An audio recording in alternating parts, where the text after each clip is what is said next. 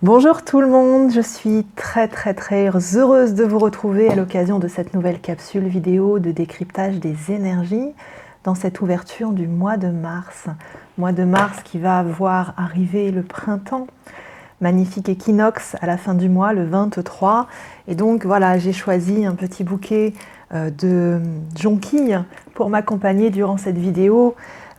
Que ce joli jaune puisse vous accompagner et vous apporter toute la joie dont vous avez besoin. Et Dieu sait si on en a besoin actuellement de la joie parce que la période est tendue. On savait que 2020 allait être une période compliquée puisqu'on est en train de rénover toutes nos fondations. On est rentré dans une période de reconstruction, de grands changements. On acte le changement. Et même si on avait cette intuition, je pense que personne n'avait vraiment envisagé à quel point ça allait être compliqué, à quel point ça allait venir vraiment faire des tremblements de terre à l'intérieur de nos petits corps, à l'intérieur de nos petits cœurs.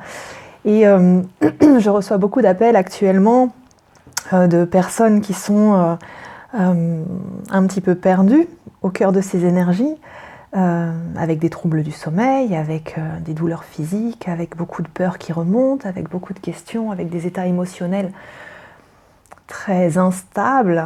Et on a cette tendance à faire le pendule entre des moments de joie, d'espoir et des moments de profonde tristesse, de doute, et voire de désespoir. Alors je vous le dis avec le sourire, parce que là je suis en train de vous faire une vidéo et que je suis tellement contente d'être avec vous, mais je peux en témoigner aussi, il y a des moments où moi non plus je rigole pas franchement. Il y a des moments, voilà, je vois bien que c'est très compliqué, les nuits sont très compliquées, on est très perturbé dans notre sommeil. Bon, c'est comme ça, il faut que ça passe. Il faut que ça passe. Et en même temps, là, je suis vraiment heureuse de vous faire cette vidéo parce que dans ce que j'en sens, je sens que là, au mois de mars, il y a du changement positif qui arrive. Il y a vraiment des mises en action très intéressantes. C'est comme si nous avions fait la synthèse finalement et nous sommes en train de finaliser cette synthèse de tout le travail effectué. Alors pour certains, c'est un travail qui a été commencé en 2007, pour d'autres encore avant, mais là je n'ai pas forcément la lecture de ça. C'est vraiment, voilà, tout ce qu'on a semé depuis cette période-là arrive à maturité quelque part. Et il y a pas mal de choses finalement au cours du mois de mars qu'on va être amené à aller questionner. On va être amené à faire le tri, pas mal, dans les choix que nous avons faits. Je vous avais parlé lors de la précédente vidéo qu'on était dans une période où nous tirions pas les conclusions, mais que nous étions vraiment mis face à nos responsabilités, face aux différents choix qui nous ont conduits là où nous sommes aujourd'hui, choix ou non choix d'ailleurs.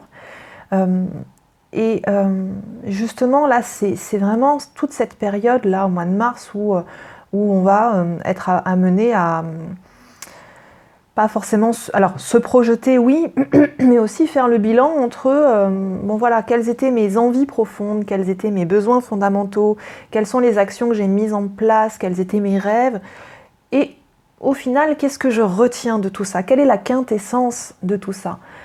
Est-ce que parmi mes envies, mes désirs, mes rêves, mes aspirations, est-ce qu'il n'y a pas des choses qui ont changé? Est-ce que moi, peut-être, je n'aurais pas changé aussi?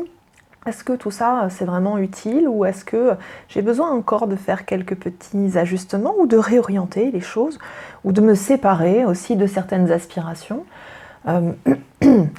C'est vraiment... la période est propice pour ça et la manière par contre dont ça s'invite à nous n'est pas toujours très douce. Il faut le reconnaître, il faut vraiment le reconnaître. Donc là, on se dirige tout doucement, tranquillement, doucement, doucement, vers la pleine lune du 9 mars. Pleine lune du 9 mars qui va être très impactante, c'est une super lune.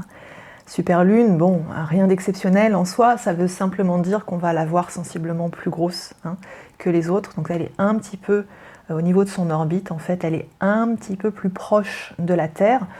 Donc généralement, on sent que son impact est un petit peu plus fort, mais pas de panique, bien sûr. Quand on est sensible à la Lune, de toute façon, bon, on est traversé par des sensations, etc. Mais ça ne fait que passer, hein. Donc on ne s'accroche pas, on ne s'attache pas à cela. Donc c'est une super lune dans l'axe Poisson Vierge, donc pleine lune dans le signe de la Vierge, qui est un signe très pragmatique, très prévoyant, très doux aussi. Donc on a plutôt une énergie assez matière, je dirais. Ça va être une bonne opportunité de faire ami avec la matière, avec sa matière, avec son corps notamment. Alors c'est vrai que là, le fait de prendre soin de son corps est plus que jamais d'actualité.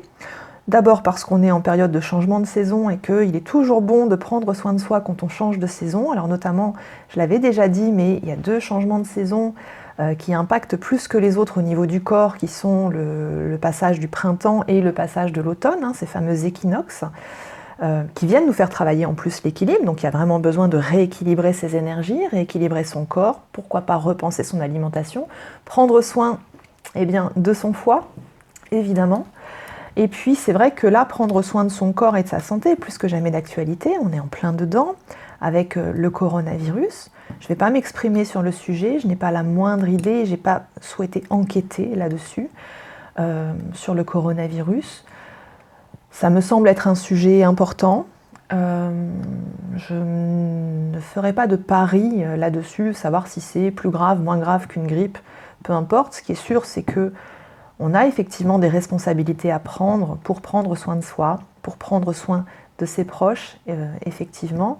Maintenant, je pense aussi que, en tant que citoyens responsables, nous devons affronter ça, nous devons faire ce qu'il faut, mais ne cédons pas à la panique, ne cédons pas à la peur. Et je vois passer énormément de messages, d'informations, de désinformations dans tous les sens, de gens qui s'amusent à se faire peur, à faire peur aux autres, à surfer comme ça sur les vents de panique. Alors, à qui est-ce que ça sert? Je ne sais pas.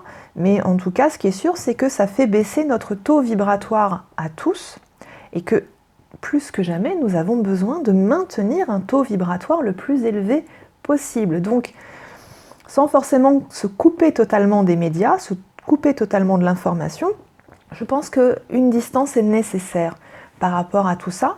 Bien sûr, si vous avez des proches qui sont impactés, évidemment que vous êtes concerné au premier degré et que l'émotionnel est là et qu'il faut l'accueillir et qu'il faut prendre soin. Maintenant, je pense que nous devons rester, somme toute, très rationnels face à la menace, hein. Donc voilà, ça c'est dit. Donc notamment, c'est pas la peine du tout de m'envoyer 3 milliards de vidéos, d'articles sur ce sujet-là ou sur d'autres sujets. Je n'ai pas le temps de les lire et je n'ai pas envie d'être abreuvée d'informations avec des vibrations basses, s'il vous plaît. Je fais ce qu'il faut de mon côté pour m'informer, mais vraiment, j'ai pas du tout envie d'ouvrir tout ce que je peux recevoir à droite, à gauche, hein. C'est pas du désintérêt de ma part vis-à-vis de ce que vous aimeriez communiquer, mais j'ai juste besoin dans mon activité de maintenir un taux vibratoire élevé et de rester un petit peu extraite de tout ça. Je pense que vous pouvez le comprendre. Voilà, alors à quoi s'attendre là au cours du mois de mars? Alors, je vais remettre mes petites lunettes parce que ça, d'un mois sur l'autre, ça change pas trop. Elle est toujours aveugle, hein, la Gwen. Donc, pleine lune en Vierge le 9 mars à l'arrivée, donc super lune. C'est une super lune qui va nous voir nous engager dans un besoin de contrôler un petit peu les choses, de maîtriser un petit peu les choses. On a besoin de savoir où on met les pieds, on a besoin de organiser, planifier, faire ses comptes, réorganiser son appartement, sa maison, réorganiser sa vie. Il y a vraiment besoin, voilà, de tout mettre à plat. Alors c'est marrant parce que à la fois j'ai la carte qui me vient à l'esprit, la carte de tarot de la force, hein, qui est dans la maîtrise, et à la fois j'ai la carte de tarot du battleur qui lui met tout sur la table, et j'ai l'impression que c'est un peu une synthèse des deux, hein, qui se propose à nous. Et la troisième carte qui s'invite là, du coup, c'est bien, c'est génial, j'ai plus besoin d'avoir le jeu de tarot en main parce que ça tombe comme ça. C'est la carte de l'amoureux qui nous dit qu'au final, une fois que vous êtes dans cette maîtrise-là, dans toutes ces cartes sur table, que vous avez tout face à vous, eh bien, on va vous demander de vous focuser sur le cœur, de vous centrer sur votre cœur et de vraiment être dans le choix de ce qui vous fait vibrer, vous, et pas les autres. Hein. C'est-à-dire que tous les choix que vous allez être amenés à poser seront de bons choix, à condition que ce soit vos choix à vous, quelles que soient les envies, les desiderata de votre entourage, quelles que soient les contraintes réelles ou parfois projetées aussi par rapport à ces choix. Donc vraiment, on se focus, on se concentre sur soi. C'est vraiment une lune qui amène de profondes aspirations à la nouveauté, et donc on va mettre en place tout ce qui va nous permettre de toucher du doigt cette nouveauté, de l'inviter dans notre vie, de la mettre en œuvre. Et donc là vont se débloquer pas mal de situations, notamment les situations en lien avec les projets professionnels. Changement d'entreprise, changement de poste, changement de carrière, installation à son compte. On commence à poser vraiment les fondations là pour avancer. Réorientation de son activité professionnelle si on est indépendant également. Projet de déménagement, oui, il y a beaucoup de mouvements au cours de cette année qui sont prévus, planifiés. Donc oui, ça va être le moment d'aborder les sujets, de commencer à faire ses recherches, à choisir là où on a envie d'aller, voilà, ça commence.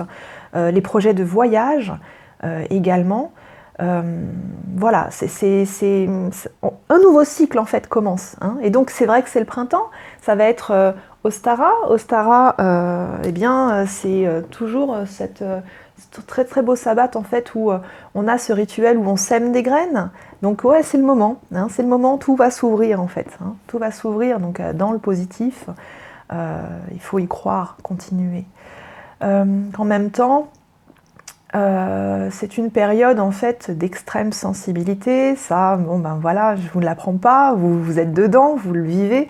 Ce qui est assez amusant, entre guillemets, c'est de constater également que même les personnes les moins sensibles aux énergies, celles qui habituellement sont pas forcément, ne se disent pas forcément impactées par les lunaisons, etc., eh bien en fait, là commencent à contacter quand même certaines émotions, peut-être un peu inhabituelles, se sentent traversées par des inconforts également, et c'est parfois un peu surprenant, et c'est pour du bon en fait, c'est vraiment pour leur permettre justement d'accéder à un niveau supérieur de conscience également. Je vous parlais la dernière fois d'un éveil collectif massif, et oui en fait, voilà, ça fonctionne par vagues, donc c'est pas tout le monde en même temps, mais ça fonctionne par vagues, et puis l'éveil, l'amélioration ou comment je peux dire, l'ascension de conscience, eh bien, se fait par paliers. Donc il y a des gens qui vont avoir des paliers extrêmement élevés, ils vont passer leur temps à franchir comme ça des caps,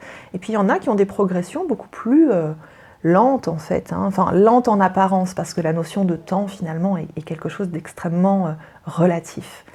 Donc beaucoup de sensibilité, on va avoir besoin de se poser, d'apaiser l'émotionnel. Alors autant sur les dernières périodes, on était beaucoup happé par le mental, autant là, sur Mars jusqu'à mi-avril, je dirais, on est vraiment dans la partie émotionnelle, avec des remontées de peur, de doute, d'inquiétude, de tristesse aussi, de choses en lien avec notre passé ou même avec le présent très très proche. Donc voilà, on apaise ça le plus possible. Alors comment est-ce qu'on apaise l'émotionnel ? Eh bien vous avez bien sûr la méditation, les soins énergétiques, toutes les pratiques qui vont viser à vous recentrer sur l'instant présent. Ça peut être aussi le sport, ça peut être une activité créative. Voilà, le jeu, le loisir, le plaisir. Et puis, sur un point de vue plus matériel, en fait, on va avoir également des aides avec certaines plantes.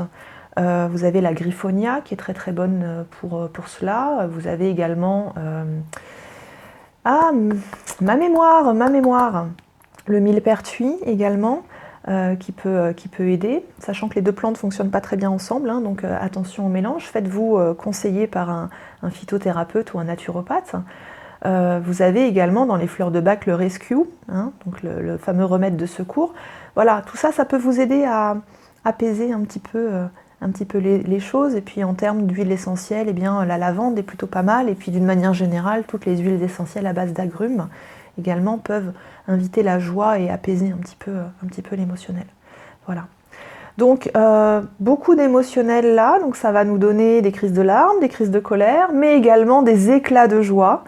Je l'ai expérimenté là au cours des dernières 24 heures où je suis passée d'un état vraiment de tristesse très profonde avec les larmes et à, en quelques heures à peine, soudain un état de joie intense, la joie pour elle-même, sans raison extérieure particulière, juste ressentir ça au fond de moi et de me dire waouh, l'ascenseur émotionnel, là c'est quand même quelque chose d'assez incroyable, c'est fatigant hein, par contre, c'est hyper intense. Donc voilà, donc ça nous demande de vraiment prendre soin, hein, vraiment, voilà. Attention au surmenage compassionnel.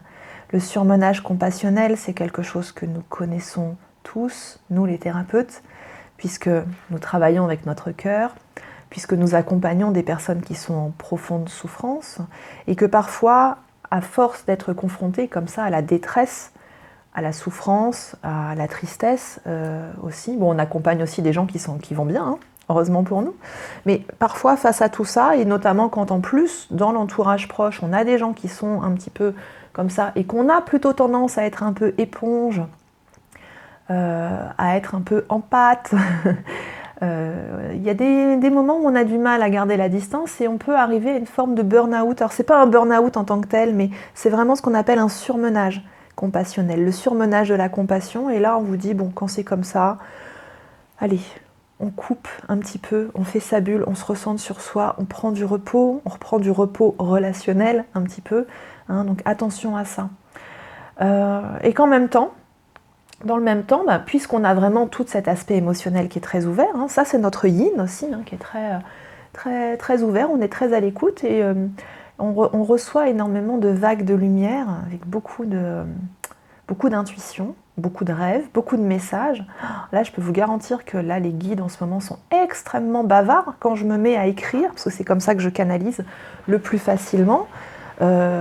Souvent, en fait, quand je canalise, j'ai un petit paragraphe ou j'ai une page ou deux. Les dernières canalisations faisaient 10 pages. Hein, et à un moment donné, je leur disais, bon, stop, je peux aller faire pipi là, parce que ça commence à... Voilà, donc j'avais des douleurs dans le poignet, et avec des informations vraiment hyper intéressantes, hyper justes, et ça descend, donc les nuits sont habitées, agitées, voilà. Je vous avais parlé, je crois que c'était au cours de la... Je ne sais plus si c'était au cours de la vidéo du mois de janvier ou si c'était celle du mois de février. Et je vous avais annoncé en fait que quelque chose allait descendre et que les travailleurs de lumière allaient avoir des ajouts en fait de compétences, des nouveaux talents, ou aller voir leurs compétences énergétiques se déployer, et que j'étais bien curieuse de savoir comment ça allait se traduire. Je peux en témoigner parce que ça fait maintenant, oui, ça fait un peu plus d'un mois maintenant que ça s'est produit. Alors je peux en témoigner dans ma pratique. Que waouh, c'est impressionnant. Donc au début, ça a été assez déstabilisant parce que d'un côté, il y a eu un décrochage où moi, quand je faisais les soins, je comprenais pas forcément toutes les infos et j'avais un peu moins de sensations. Par contre, j'observais que les personnes qui recevaient le soin étaient vraiment parcourues d'énergie extrêmement puissante, de formes d'énergie, d'une intensité d'énergie presque inconnue. Alors c'était déjà puissant avant et c'est encore plus puissant maintenant. Et c'est juste waouh. Donc justement, j'en parlerai en fin de vidéo parce que j'ai une petite chose à vous communiquer à ce propos. Donc effectivement, on s'ouvre encore plus, la médiumnité s'ouvre en mode waouh pour beaucoup de gens. Moi, jusque-là, en médiumnité, j'avais vraiment besoin de me concentrer, de me centrer pour canaliser la personne, les infos, etc. Et là, maintenant, en fait... hop, ça descend de plus en plus vite en fait et de manière de plus en plus précise également. Donc bon, tant mieux parce que c'est un peu moins fatigant du coup pour moi. Mais c'est vrai que c'est assez intense. Donc en tout cas, sur cette période, toujours la même thématique que celle que nous avions vue pour le mois de février. on est toujours dans ce fameux apprentissage du détachement. Et c'est pour ça qu'on souffre autant. Parce que nous ne sommes pas, pour la plupart d'entre nous, nous ne sommes pas naturellement des êtres détachés. Hein, nous sommes dans la dépendance, nous sommes dans la séparation. Ça vient certainement aussi d'un mode éducatif, hein, ça vient aussi du territoire, de la culture, hein, puisque particulièrement ici en France, on est quand même sur une culture très paternaliste, hein, où on a tendance à prendre les gens en charge. Je dis ça sans critique, hein, c'est comme ça. Et puis la manière dont on éduque nos enfants, et je peux aussi le dire en tant que maman, hein, c'est vrai que les éducations que nous avons reçues, en fait, sont souvent des éducations qui ont été basées soit sur le manque, sur la punition, sur la récompense, ou sur l'hyperprotection, et en fait, ce ne sont pas des éducations qui nous ont forcément construit solidement, émotionnellement. Alors après, il y a des gens qui ont pu en bénéficier, mais je dois constater quand même que pour la plupart, c'est pas le cas. Donc on vient tous plus ou moins de ce monde de la dépendance affective, et donc ce travail sur le détachement, eh bien, est un travail plus ou moins complexe à faire. Et comme là, on a justement cette fin de cycle, avec cette fin de... On a quelque chose qui va se desserrer à la fin du mois sur le travail un peu karmique, mais on est vraiment j'aime bien cette expression, je l'ai déjà employée, mais dans les dernières poussées. Et donc, on vient décoller vraiment des choses très en profondeur, même des choses qu'on ne comprend pas forcément, auxquelles on n'a pas forcément accès de manière consciente. Mais du coup, c'est un petit peu dur. Voilà, c'est un petit peu difficile. Donc en fait, on nous dit, bon, lâchez. Et j'ai un de mes guides là qui s'est adressé à moi ce week-end et qui m'a dit, écoute, tu sais, c'est pas compliqué. Plus tu vas lâcher vite, et plus la problématique que tu observes, en fait, elle va se résoudre, en fait. Donc tu n'as pas d'autre choix que de lâcher, et tu lâches maintenant. Et en fait, ça a été tout un travail, ça a duré plusieurs heures, parce qu'il est revenu me voir plusieurs fois en me disant « Bon, ça y est, t'as lâché, là, t'as validé ?» Non, pas complètement. « Allez, vas-y, lâche !» Vraiment, cet accompagnement. Et au moment où j'ai dit « Bon, allez, c'est bon, stop, je m'en remets à vous, là, j'arrête complètement d'alimenter ça. » Presque instantanément, en fait, la situation s'est débloquée. Et avec vraiment une construction, enfin une résolution très positive. Et là, de se dire, ouais, quand même, il y a quand même des grosses vertus sur le lâcher-prise, en fait, sur ce fameux détachement. Et ce détachement, c'est pas, je vous l'ai dit la dernière fois, c'est pas, allez, je mets ça dans une boîte, j'y pense plus, voilà, c'est, non, j'affronte, mais j'accepte. Hein, j'accepte et j'intègre, et tout est ok, tout est juste. Voilà. Donc, au cours du mois de mars, énergie très pragmatique, énergie très terre.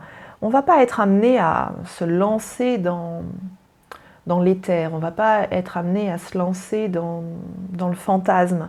De toute façon, dès qu'on va être dans le fantasme, tout de suite, pouf, ça va nous ramener à terre, donc on est très protégé là-dessus. Hein. Donc beaucoup de pragmatisme, et ça va nous permettre d'ancrer, de matérialiser, de cadrer tout ce à quoi on a réfléchi ces derniers temps, et notamment à partir du 10 mars, là, puisqu'on a Mercure qui repart en direct. Donc là, en fait, à chaque fois que Mercure rétrograde et repart en direct, ça envoie comme une impulsion, comme une poussée, hein, comme un petit coup de turbo. Et on est vraiment dans le turbo là au mois de mars, hein, c'est coup de boost, hein, turbo, passage à l'action. Attention au conflit, parce qu'il va y avoir des tensions, surtout à la fin du mois. Alors notamment, je parle de ça pour ceux qui connaissent un peu l'astrologie, qui ont regardé un petit peu les cartes, parce qu'on a des transits de Mars, on a des aspects de la planète Mars. Alors la planète Mars dans le mois de mars, je trouve ça assez marrant. Et c'est vrai qu'on a souvent tendance à résumer Mars à la planète du conflit, mais je pense qu'on peut aussi le voir d'une manière différente, c'est que Mars est également la planète de l'action, c'est le feu. Donc vraiment des grosses poussées pour nous permettre de passer à l'action, et en même temps, mais là ce sera vraiment à la fin du mois, en même temps ça va nous demander beaucoup de patience et de tempérance, parce que on va avoir envie que les choses aillent plus vite, mais on ne peut pas aller plus vite que la musique, hein. C'est-à-dire que voilà, c'est vrai qu'il y a beaucoup de frustration, parce que ça fait longtemps qu'on attend, hein, ce changement. Il y a des projets qui mûrissent depuis un certain temps, et puis là on va commencer à mettre les choses en place. Et puis peut-être les résultats vont se faire un petit peu attendre, mais bon, en même temps c'est juste. Donc Du coup, on va avoir tendance à être un peu dans cette énergie, un peu d'agacement quelque part, et donc on va vous dire, bon, écoute, hein, tranquille, prends ton rescue, mémère, ça va bien se passer. Hein. Voilà. Alors, d'un point de vue, je reste sur cette pleine lune. Cette pleine lune nous demande de nous affranchir du besoin de validation sociale, nous demande de nous détacher, encore une fois, du regard extérieur, pour être vraiment centré sur soi-même, oser être soi-même finalement. C'est ça tout l'enjeu. Oser être soi-même, c'est être suffisamment dans l'acceptation et dans l'amour de ce que l'on est. Et lorsque l'on ose être soi-même en authenticité, eh bien, on ose aussi marcher sur notre chemin et en créer les projets véritablement, hein, finalement, nos véritables projets du cœur. Et puis, eh bien, c'est vrai qu'on va avoir l'impression de marcher un petit peu dans le chaos. C'est très social, c'est très global, hein. C'est vraiment dans l'énergie là tout autour de nous, cette impression d'effondrement, cette impression de désordre, cette impression que tout fout le camp, qu'on ne contrôle plus rien, qu'il y a des peurs, hein, qui sont là, bien sûr, et puis il y a beaucoup de gens qui jouent sur ces peurs-là. On se dit, mince, est-ce que tout va être détruit? Est-ce que demain on va avoir cette espèce de blackout qui fait qu'on va avoir une crise financière telle qu'on n'aura plus de ressources voilà. Mais en fait, on est en train de vous dire là que de ce désordre apparent, ou en tout cas c'est un désordre qui est quand même réel, il n'est pas que apparent, il y a vraiment de très très belles opportunités qui arrivent. Vraiment de très belles opportunités. Et c'est assez amusant ce qu'on va être amené à vivre, c'est-à-dire qu'on va être amené à vivre un petit peu comme Janus, les deux facettes de la pièce, c'est-à-dire que vous avez une énergie qui est à double face là, avec ces opportunités. Par exemple, au niveau des couples, et alors je sais que chez les couples sacrés actuellement, c'est un sacré rififi, pour ne pas le nommer bordel, tout simplement. Il y a des réajustements, il y a des repositionnements qui sont en cours. C'est clair qu'on a une énergie qui est plutôt à la crise profonde. Et en même temps, derrière cette crise, il y a des résolutions. La résolution très positive, très lumineuse, qui est soit la libération ou qui est soit la construction sur une base assainie par la crise. Hein. Donc, on a à la fois cette énergie de rupture et dans le même mouvement, cette énergie de réunion et réconciliation.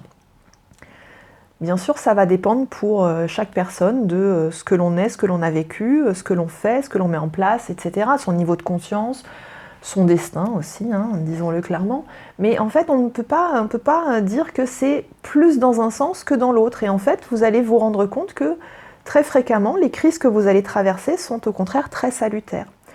Au niveau financier, c'est pareil, c'est-à-dire qu'il peut y avoir tout d'un coup des dépenses imprévues qui vous font un peu peur parce que effectivement c'est pas prévu et que ça déstabilise légèrement voire beaucoup le budget, et en même temps, hop, une opportunité de faire re-rentrer de l'argent par un autre biais. Donc finalement, il va falloir être très... alors le mot neutre n'est pas forcément le bon mot, mais très tempéré par rapport à tout ça, et ne pas se laisser déborder justement par la peur, par l'émotionnel, et d'affronter les choses pas à pas. Hein. C'est vraiment le temps de l'opportunité. Et puis sur la nouvelle lune là, qui aura lieu plutôt le 24, donc on a l'équinoxe le 23 et la nouvelle lune le 24, non pardon, l'équinoxe le 21 et la nouvelle lune le 24, eh bien on va avoir énormément de purification avec cette nouvelle lune, mais une purification très... alors je ne vais pas parler de purification, pardon, me corrige, un assainissement, aller à la simplicité, aller à l'essentiel. Il y a quelque chose de très beau, c'est-à-dire que c'est comme après la traversée de l'œuvre au noir, une ouverture à la lumière. Vraiment, comme si on allait sortir la tête de l'eau. L'image qui me vient est l'image du lotus, la fleur de lotus. La fleur de lotus, elle a ses racines très profondément plantées dans la boue, dans la vase. Et c'est une fleur qui commence par pousser par les racines. Avant que le lotus ne devienne fleur, il se passe tout un processus qui est très long. Elle commence dans la vase et puis hop, elle va monter dans l'eau petit à petit. Donc l'eau, le monde des émotions, pour finalement arriver à la surface. Et lorsqu'elle est à la surface, elle aura effectivement transmuté tout ce qu'il y avait dans la boue, tous ces nutriments, hein, et hop, va s'ouvrir avec ses pétales merveilleux au soleil, à la lumière. Et c'est vraiment ça que je ressens sur cette fin de période, sur cette fin de mois de mars. On est vraiment sur une sortie de tunnel, une sortie de quelque chose qui va nous ouvrir vers plus de clarté. Hein, c'est vraiment le périscope là, qui sort de l'eau et puis qui va pouvoir nous permettre d'avoir une vision plus large, plus fine également. Donc évidemment, ça va nous amener cette nouvelle vision, hein. C'est comme si on changeait de strate finalement, on va nous conduire à un autre travail, à d'autres prises de conscience. Je ne sais pas encore de quoi, on verra à ce moment-là, mais on va vraiment dans le sens d'une évolution positive, même si je vous le concède, c'est un petit peu compliqué à traverser quotidiennement. Voilà, je ne vais pas trop m'attarder sur cette lecture énergétique, il y aura certainement d'autres choses à vous dire, mais on fera ça au fur et à mesure. Je voulais vous parler de quelque chose qui m'a été transmis très récemment, un appel de la source qui m'a demandé d'élargir les soins, de passer au collectif. Alors ça fait quelque temps que j'en discute avec mes guides, ça fait à peu près 1 an qu'ils me poussent vraiment activement à le faire et j'avais vraiment des résistances profondes à aller vers du soin collectif pour différentes raisons.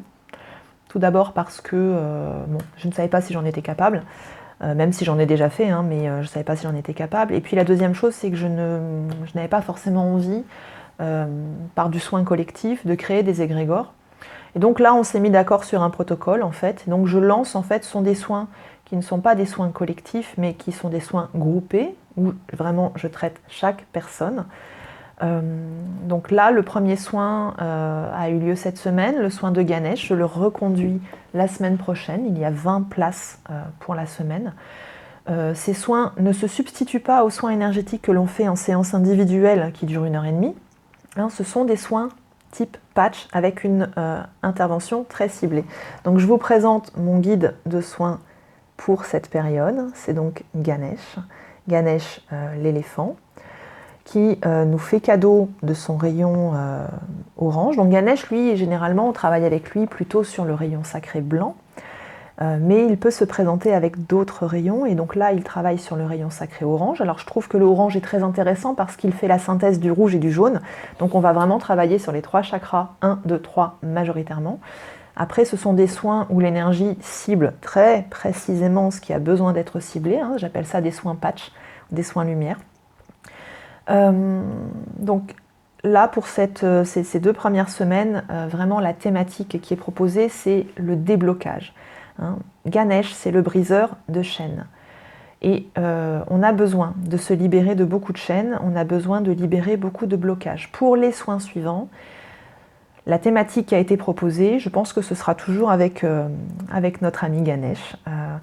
Ce sera vraiment une série de soins sur la dépendance affective. Donc voilà, si vous êtes intéressé par ces soins, donc ces soins vous sont proposés donc 1 fois par semaine, au tarif de 30 € par personne. Vous pouvez vous rendre sur le site internet, je vous mets le lien directement en dessous, et vous recevrez le protocole. Donc vous vous inscrivez, je vous renverrai alors je vous propose 3 jours préférentiels et je vous renverrai en fait, vous recevrez en fait un email avec toutes les informations pour que ce soin ait lieu. J'envisage de renouveler ça très très régulièrement et peut-être de vous proposer des abonnements. Alors, comme je vous le disais, la visée de ces soins, elle est très spécifique, hein. Ça agit, ça cible vraiment ce dont vous avez besoin à ce moment-là. Ils sont très utiles pour chaque personne, en fait, que vous ayez commencé un travail en énergétique ou pas. ils sont très utiles pour maintenir votre taux vibratoire et vous accompagner à traiter sujet par sujet, hein, vraiment très précisément. Donc voilà, je suis en tout cas vraiment très heureuse de le faire. Donc là, les premiers soins ont été distribués, je dirais. Les premiers retours sont assez intéressants. J'attendais d'avoir ces premiers retours pour pouvoir les communiquer plus largement, même si j'avais tout à fait confiance dans ce protocole. Donc voilà, donc n'hésitez pas à me joindre là-dessus. Et puis je vous donne rendez-vous très prochainement, hein, pour d'autres vidéos. Pour les personnes qui me posent des questions très pointues sur leur thème astrologique, etc., je voudrais juste vous dire que je ne suis pas astrologue, hein. Je me base sur l'astrologie, j'ai une lecture très intuitive de l'astrologie. Parfois d'ailleurs je ne regarde pas du tout la carte du ciel pour faire mes lectures énergétiques, hein. Moi je suis médium, je ne suis pas astrologue. Par contre, si vous avez besoin de consulter un ou une astrologue, j'ai d'excellentes références à vous communiquer. Donc voilà, c'est pas la peine, je vous répondrai pas, je suis pas en mesure de le faire, hein. C'est pas du tout possible. Je tiens à remercier vraiment du fond du cœur toutes les personnes qui suivent ces capsules, qui les diffusent également, qui les partagent, qui commentent, même si j'ai pas toujours le temps de vous répondre. Je tiens à remercier également toutes les personnes qui m'envoient des jolis cadeaux par la poste. J'en ai reçu quelques-uns encore ces derniers temps. C'est beau, merci. Je sais pas, voilà, j'accueille. À chaque fois, je me dis, waouh, qu'est-ce que j'ai fait pour mériter ça? Et puis je me dis, bon, allez, j'accueille. J'accueille, c'est super. Pareil pour les personnes qui font des dons via PayPal pour la chaîne YouTube. Voilà, c'est chouette, je vous remercie. Ça me pousse vraiment à continuer à contribuer à répandre la lumière le mieux possible. Et de vous apporter voilà, ce que je sais faire et ce que je peux faire au moment où ça me semble le plus juste possible. Je vous embrasse du fond du cœur, je vous souhaite plein de joie. Je vous envoie des bouquets de jonquilles, des bouquets d'énergie, des bouquets de joie et je vous dis à très bientôt. Bye bye!